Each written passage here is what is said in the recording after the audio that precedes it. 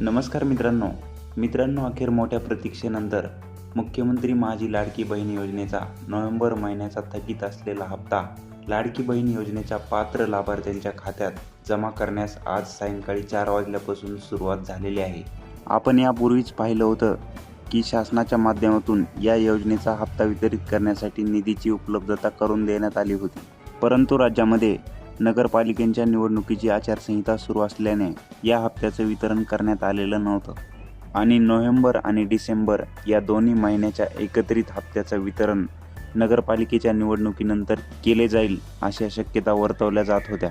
परंतु डिसेंबर महिन्याचा हप्ता वितरित करण्यासाठी शासनाच्या माध्यमातून कुठल्याही निधीची तरतूद करण्यात आलेली नव्हती। त्यामुळे निधी कधी उपलब्ध केला जाणार, आचारसंहिता संपल्यानंतरच हप्ता मिळणार का, नोव्हेंबर, डिसेंबर, जानेवारीचे तिन्ही हप्ते एकत्रित मिळणार का, असे अनेक सारे प्रश्न या ठिकाणी निर्माण झालेले होते। आणि याच्यामध्येच आज 31 डिसेंबर 2025 सायंकाळी 4 वाजल्यापासून लाडकी बहीण योजनेच्या अंतर्गत पात्र असलेल्या महिला लाभार्थ्यांच्या खात्यात आधार पेमेंटच्या माध्यमातून, आधार डीबीटीच्या माध्यमातून हा हप्ता वितरित व्हायला सुरू झालेला आहे। परंतु जी हप्ता वितरणाची प्रक्रिया आहे ती खूप संथ गतीने आहे।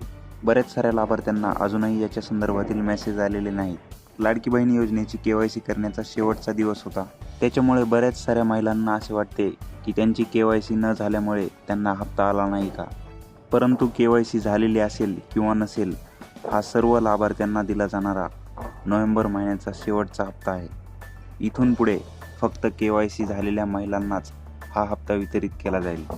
येत्या 1 ते 2 दिवसात उर्वरित सर्व महिलांच्या खात्यात या हप्त्याचं वितरण केलं जाईल। याच्या संदर्भातील आणखी काही अपडेट आले तर व्हिडिओच्या माध्यमातून मी तुमच्यापर्यंत नक्की पोहोचवेल।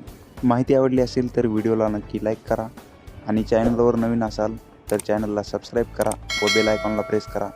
धन्यवाद।